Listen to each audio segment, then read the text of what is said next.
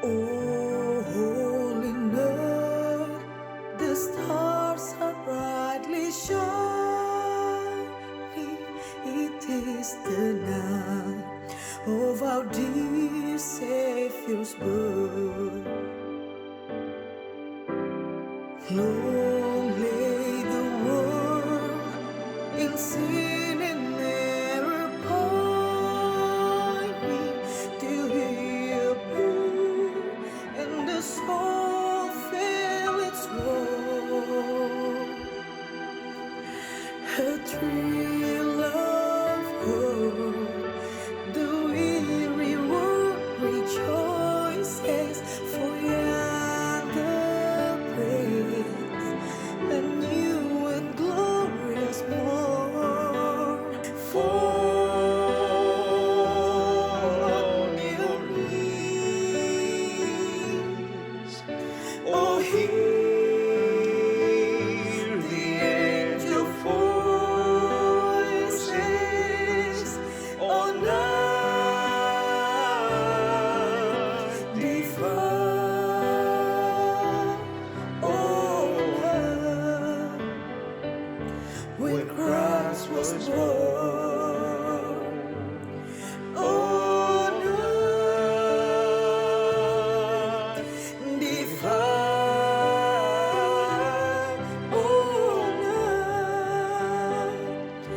Oh, night divine. Fall on your knees,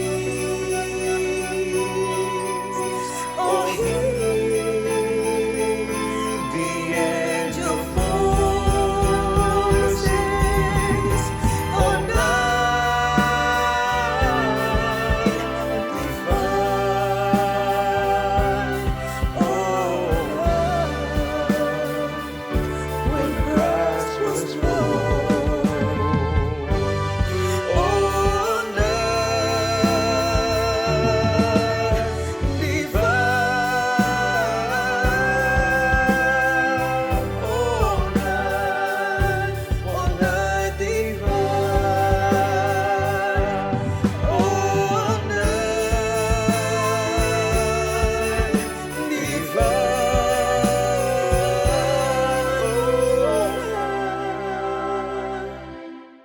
Oh, night divine.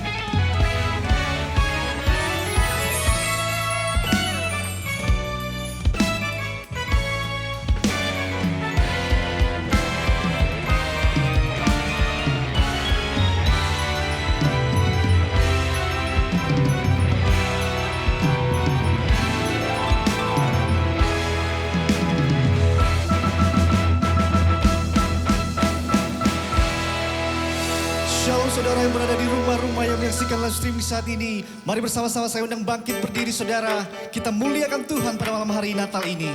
Berikan tepuk tangan sorak-sorak yang terbaik buat Allah kita saudara. Katakan haleluya.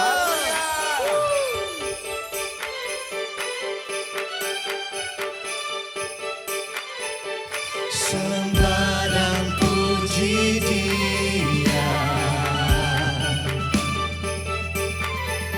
Sembah dan puji Dia. Sembah dan puji Dia. Tiada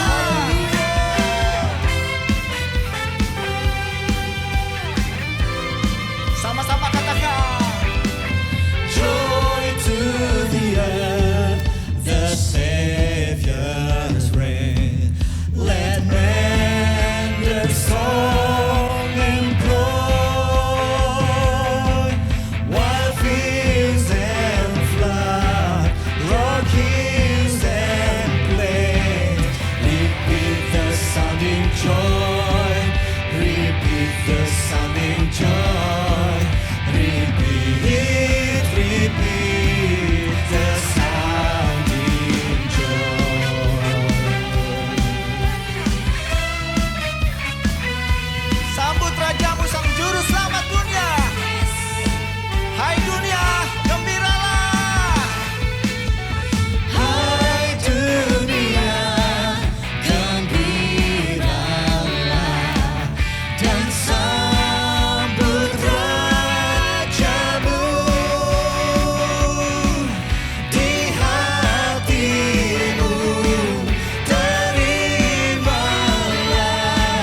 bersama bersyukur, bersama bersyukur, bersama-sama bersyukur,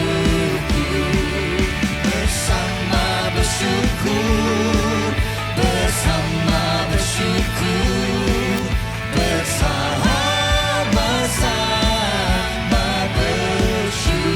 bersyukur, bersama bersyukur, bersama bersyukur,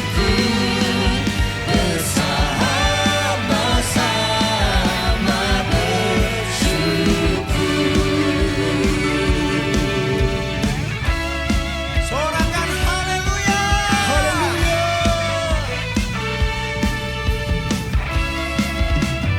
Biar segala bangsa memuji dan memuliakan nama Tuhan. Bisa katakan amin.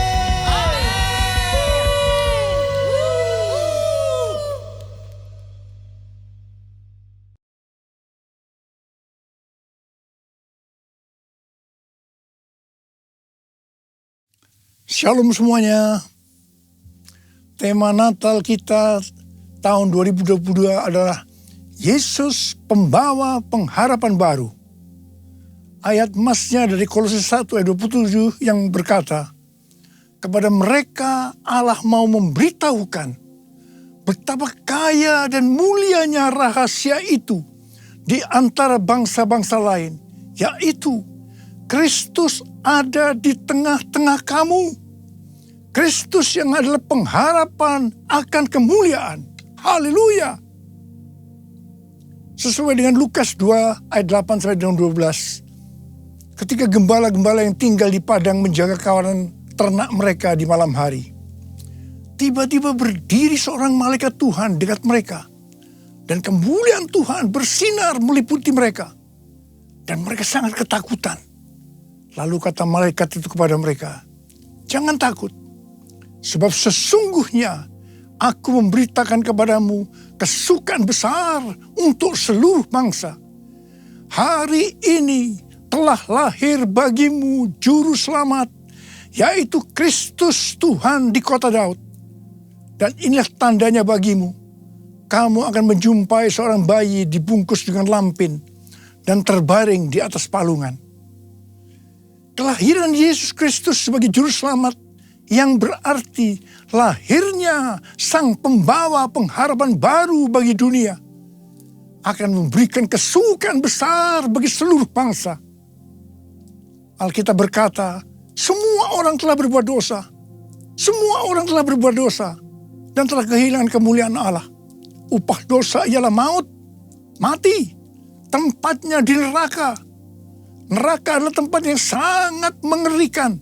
Jangan sampai masuk neraka. Yesus Kristus lahir ke dalam dunia ini sebagai juru selamat yang bisa diartikan pembawa pengharapan baru untuk menyelamatkan manusia dari hukuman kekal selama-lamanya di neraka. Kelahiran Yesus Kristus disambut dengan nyanyian pujian oleh malaikat-malaikat dan sejumlah bala tentara surgawi yang memuji Allah, katanya, kemuliaan bagi Allah di tempat yang maha tinggi dan damai sejahtera di bumi di antara manusia yang berkenan kepadanya. Kemuliaan bagi Allah di tempat yang maha tinggi, damai sejahtera di bumi di antara semua umat manusia yang berkenan padanya.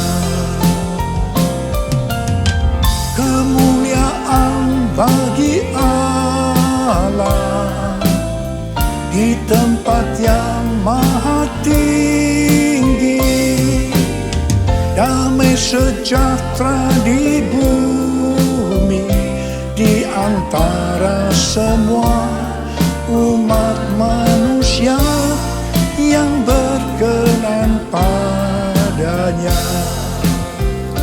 Di antara semua umat manusia yang berkenan padanya.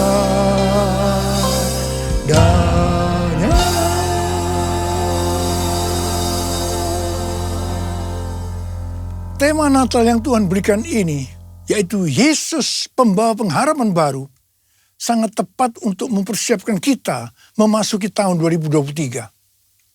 Di mana pandemi COVID masih belum berakhir. Perang Rusia-Ukraina yang masih berkelanjutan. Informasi tentang inflasi dan resesi ekonomi tahun 2023 diberitakan di semua platform media sosial. Sesuai dengan apa yang disampaikan oleh Pastor D, seorang hamba Tuhan dari Perth, Australia. Di mana Tuhan pada tahun 2023 akan kembali menggoncangkan bangsa-bangsa di dunia. Kita melihat Twitter, Facebook, disusul dengan Disney, Amazon, mulai mengadakan PHK secara besar-besaran. Rusia dan Inggris dinyatakan resesi. Di tengah situasi yang seperti ini, Tuhan berbicara, Yesus pembawa pengharapan baru ada di tengah-tengah kamu. Dialah pengharapan akan kemuliaan. Dalam Kolose 1 ayat 27 ini, kata pengharapan dalam bahasa aslinya memiliki arti mengharapkan dan yakin sesuatu yang baik akan terjadi. Itu artinya Yesus yang ada di tengah-tengah kita membuat kita memiliki keyakinan dan iman yang teguh dalam menghadapi segala situasi dan kondisi apapun. Haleluya. Sebagai pembawa pengharapan baru, Yesus tidak berada jauh dari kita. Ia Allah yang maha hadir, yang mustahil difahami oleh otak manusia, yang hanya segede bakpao. Namun menyatakan dirinya sebagai Immanuel, yang artinya Tuhan beserta kita. Tuhan bersama kita. Pertama-tama melalui kelahirannya sebagai manusia yang kita peringati sebagai peristiwa Natal. Kemudian melalui Roh Kudus yang diberikannya tinggal berdiam di dalam hidup kita. Ini semua dapat diartikan bahwa Yesus ada di dalam kita. Itulah sebabnya kita selalu punya pengharapan. Haleluya! Keberadaan Yesus sebagai pembawa pengharapan baru di tengah-tengah kita. Inilah yang dikatakan oleh Rasul Paulus kepada jemaat Kolose sebagai pengharapan akan kemuliaan. Kemuliaan ini menunjukkan pada hari kebangkitan, ketika orang kudus akan menerima tubuh baru mereka yang dimuliakan, atau yang dikenal dengan pemuliaan atau glorification. Kita mengenal ada 3 tahap proses keselamatan. Tahap yang pertama, pembenaran atau justification. Kita dibenarkan bukan karena perbuatan baik kita, tetapi karena kasih karunia Tuhan yang kita responi dengan iman. Pada tahap ini, setelah kita bertobat dan menerima Tuhan Yesus sebagai juru selamat, kita akan mengalami kelahiran baru. Kelahiran baru adalah proses awal perjalanan rohani kita bersama Tuhan Yesus. Tahap yang kedua dari proses keselamatan adalah pengudusan atau sanctification. Dalam proses ini, kita dikuduskan secara terus-menerus melalui Roh Kudus dan firman Allah. Dalam proses ini, kita bisa saja jatuh atau mengalami kegagalan. Tetapi yang penting, kita jangan berhenti. Tetapi harus bangkit dan terus maju. Pertobatan adalah kunci untuk kita bisa terus maju. Goal dari proses pengudusan ini adalah menjadikan kita menjadi serupa dengan gambarnya. Roma 8 ayat 29 berkata, sebab semua orang yang dipilihnya dari semula, mereka juga ditentukannya dari semula untuk menjadi serupa dengan gambaran anaknya. Supaya ia, anaknya itu, menjadi yang sulung di antara banyak saudara. Ini berarti goal kita sebagai orang Kristen adalah menjadi serupa dengan gambarnya. Untuk menjadi serupa dengan gambarnya, sesuai dengan 1 Yohanes 2 ayat 6 yang berkata, barang siapa mengatakan bahwa ia ada di dalam dia, ia wajib hidup sama seperti Kristus telah hidup. Karena kita hidup sama seperti Kristus telah hidup, maka kita akan menjadi serupa dengan gambarnya. Menjadi serupa dengan gambarnya artinya menjadi murid Tuhan Yesus. Tahap ketiga dari proses keselamatan, mereka yang menjadi serupa dengan gambarnya. Pada saat Tuhan Yesus datang di awan-awan untuk menjemput gerejanya, tubuh mereka akan menerima tubuh baru yang dimuliakan atau dikenal dengan pemuliaan atau glorification.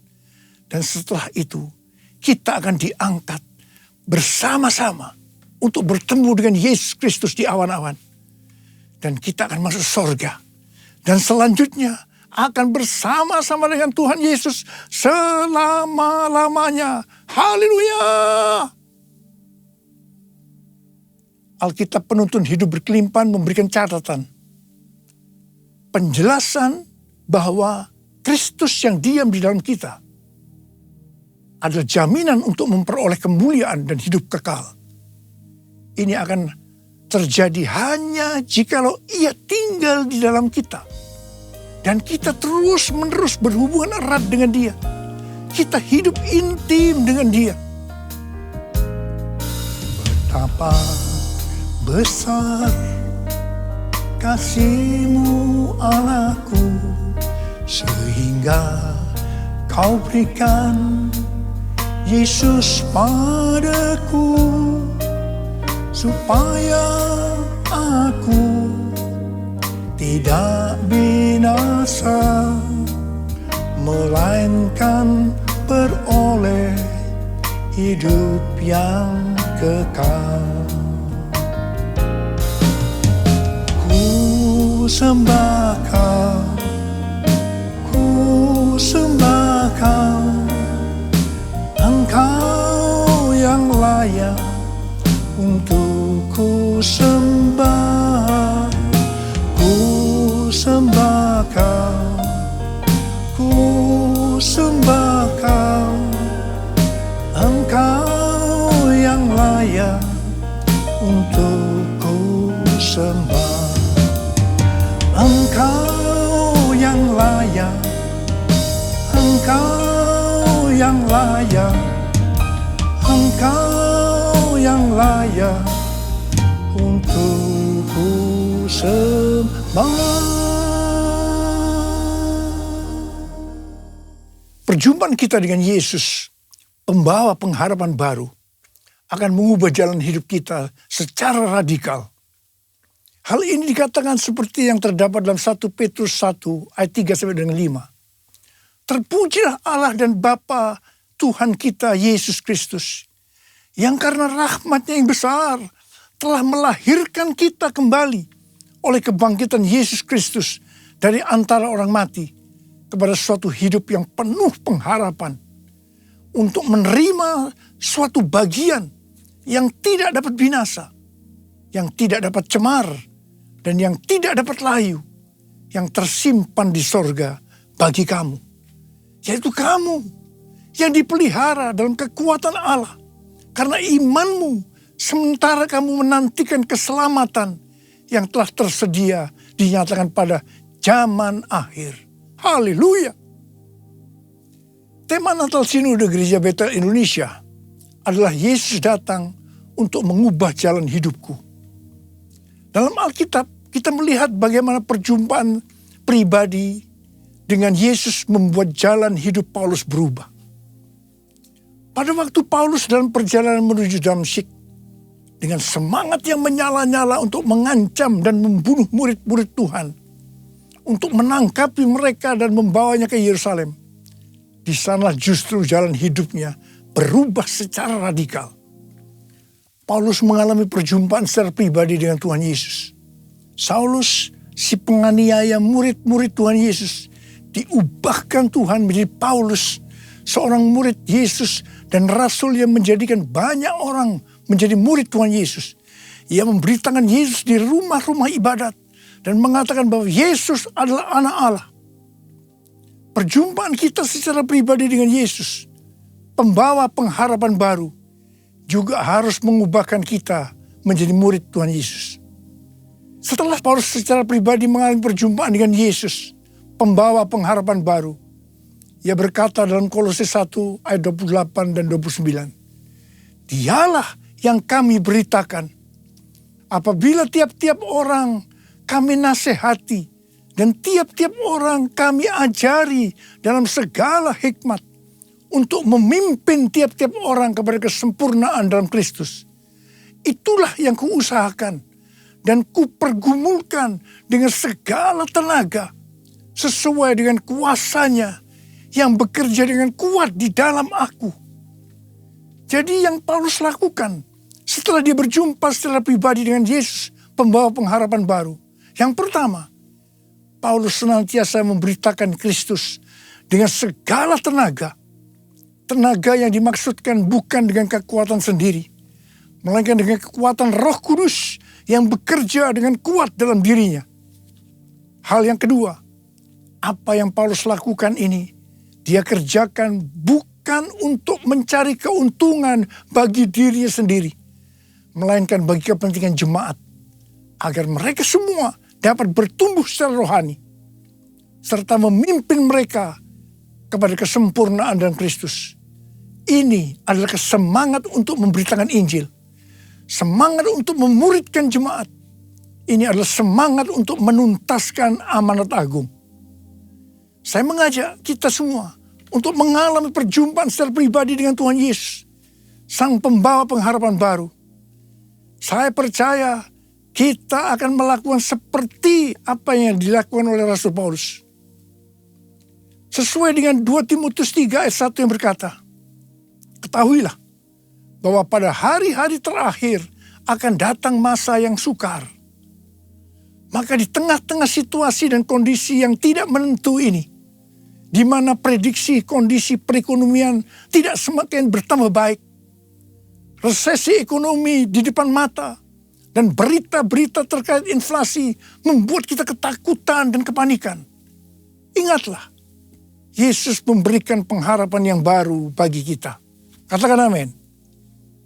Mungkin juga ada di antara kita yang bertanya-tanya, mengapa masalah-masalah datang silih berganti, seperti tidak habis-habisnya, terutama di tengah-tengah pandemi ini. Dalam hal ini Rasul Paulus menjawab dalam Roma 5 ayat 3 sampai dengan 5 yang berkata, dan bukan hanya itu saja, kita malah bermegah juga dalam kesengsaraan kita. Karena kita tahu bahwa kesengsaraan itu menimbulkan ketekunan. Dan ketekunan menimbulkan tahan uji. Dan tahan uji menimbulkan pengharapan. Dan pengharapan tidak mengecewakan. Karena kasih Allah telah dicurahkan di dalam hati kita oleh Roh Kudus yang telah dikaruniakan kepada kita. Haleluya. Juga Roma 12 ayat 12 berkata, bersukacitalah dalam pengharapan, sabarlah dalam kesesakan, dan bertekunlah dalam doa. Di sini diingatkan bahwa dalam setiap tantangan, kesesakan, selalu ada pengharapan. Karena itu kita harus tetap bersukacita, harus sabar dan bertekun dalam doa. Mari, saya ajak saudara untuk memperkatakan Roma 8 ayat 28. 1, 2, 3. Kita tahu sekarang bahwa Allah turut bekerja dalam segala sesuatu, enak maupun tidak enak, untuk mendatangkan kebaikan bagi mereka yang mengasihi Dia, yaitu bagi mereka yang terpanggil sesuai dengan rencana Allah. Karena itu, kita harus bersukacita dalam pengharapan, karena pengharapan dalam Kristus tidak akan mengecewakan. Haleluya. Yesus datang membawa pengharapan. Yesus datang membawa kesembuhan. Kasih-Nya yang sanggup memulihkan semua yang percaya. Haleluya, haleluya, terpujilah Tuhan. Haleluya, haleluya, haleluya, amin. Haleluya, amin. Haleluya, amin. Tuhan Yesus dalam Markus 4 ayat 29 mengingatkan kita bahwa musim menuai sudah tiba. Musim menuai sudah tiba. Api Roh Kudus yang dahsyat dari Pentakosta ketiga sudah dicurahkan. Saya mengajak agar kita semua untuk percaya dan terus berharap kepada Tuhan. Tuhan sedang membersihkan gerejanya. Dosa-dosa yang tersembunyi sedang dibuka. Tuhan mau gereja Tuhan menjadi kudus, sehingga kebangunan rohani dan penuaian jiwa yang terbesar dan yang terakhir terjadi. Kedatangan Tuhan Yesus untuk kedua kalinya sudah sangat-sangat dekat. Waktunya sudah sangat-sangat singkat. Salah satu tanda kedatangan Tuhan Yesus adalah kalau amanat agung selesai. Tuhan mengingatkan bahwa tugas utama kita adalah menyelesaikan amanat agung. Kita harus memuridkan. Perlu diingat bahwa yang bisa memuridkan adalah murid. Karena itu kita semua harus menjadi murid Tuhan Yesus. Sesuai dengan 1 Yohanes 2 ayat 6. Bahwa murid Tuhan Yesus adalah mereka yang hidupnya sama seperti Kristus telah hidup. Karena hidup sama seperti Kristus telah hidup, maka kita akan menjadi serupa dengan gambarnya. Sekali lagi saya ingatkan bahwa goal kita sebagai orang Kristen adalah menjadi serupa dengan gambarnya. Menjadi orang yang mempunyai sifat yang serupa dengan Kristus. 1 Korintus 13 ayat 13 berkata, demikianlah tinggal ketiga hal ini, yaitu iman, pengharapan, dan kasih. Dan yang paling besar di antaranya ialah kasih. Kasih di sini artinya mempunyai sifat serupa dengan Kristus. Kasih lebih besar dari iman dan pengharapan. Jadi yang paling besar dalam kerajaan Allah adalah mereka yang mempunyai sifat serupa dengan Kristus. Yaitu mereka yang hidup saleh dan mengasihi Tuhan. Bukan mereka yang besar dengan prestasi lahiriah. Untuk menjadi serupa dengan gambarnya, kita harus mempunyai iman yang kuat. Dan pengharapan yang kuat kepada Tuhan. Sekali lagi saya ingin mengingatkan kepada kita. Bahwa hanya mereka yang serupa dengan gambarnya, yaitu murid Tuhan Yesus saja yang akan masuk surga. Waktu kedatangan sudah semakin dekat. Mari kita semakin serius untuk mempersiapkan diri. Untuk menjadi murid. Menjadi serupa dengan gambarnya. Sehingga pada saat dia datang di awan-awan. Kita akan ikut dalam pengangkatan. Dan selanjutnya masuk surga bersama Tuhan Yesus. Tema Natal tahun 2022. Yesus pembawa pengharapan yang baru, mengingatkan kita semua akan perbuatan yang besar dari Tuhan Yesus kepada kita semua. Karena semua orang telah berbuat dosa dan telah kehilangan kemuliaan Allah. Upah dosa adalah maut, mati. Tapi dia, Yesus yang tidak berdosa, telah dijadikan dosa oleh karena kita. Dia harus turun dari sorga mulia, menjelma menjadi manusia, mati ganti kita, menyelamatkan kita dari hukuman kekal selama-lamanya. Tuhan Yesus luar biasa. Perbuatannya besar. Perbuatannya besar. perbuatannya besar. Perbuatannya besar. Perbuatannya besar. Pujilah namanya. Perbuatannya besar. Perbuatannya besar. Haleluya. Perbuatannya besar. Puji Tuhan. Perbuatannya besar. Pujilah namanya. Pujilah Tuhanku dengan segenap hatiku. Pujilah namanya. Pujilah Tuhanku. Pujilah Tuhanku dengan segenap hatiku. Pujilah namanya. Sembah Dia. Sembah dan puji Dia. Sembah dan puji Dia. Sembah dan puji Dia, Sang Raja. Mari kita sembah Dia. Kita berbahasa roh saat ini. Berbahasa roh, berbahasa roh. Sembah Dia, sembah Dia. Oh Tuhan, terima kasih. Tuhan, terima kasih. Tuhan, terima kasih. Oh Tuhan. Sembah dan puji Dia. Sembah dan puji Dia. Sembah dan puji Dia, Sang Raja. Sembah dan puji Dia, Sang Raja.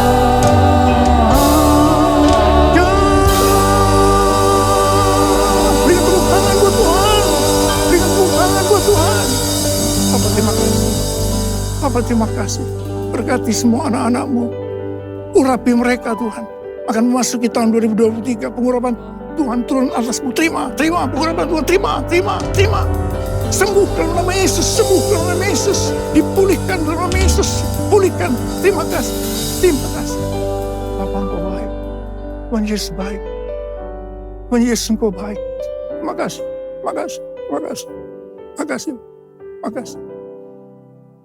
Dalam nama Yesus. Amin. Saudara, sekali lagi saya akan mengucapkan kepada saudara semua, selamat Hari Natal 2022. Tuhan Yesus memberkati kita semua berlimpah. Amin. Mari angkat tangan saudara, terima berkat Tuhan. Kasih karunia yang berlimpah-limpah daripada Allah Bapa dalam Anak yang tunggal Yesus Kristus. Persekutuan yang manis dengan Roh Kudus menyertai saudara sekalian mulai hari ini sampai Tuhan Yesus datang menjemput kita di awan-awan dan bahkan sampai selama-lamanya. Yang percaya bersama-sama katakan amin.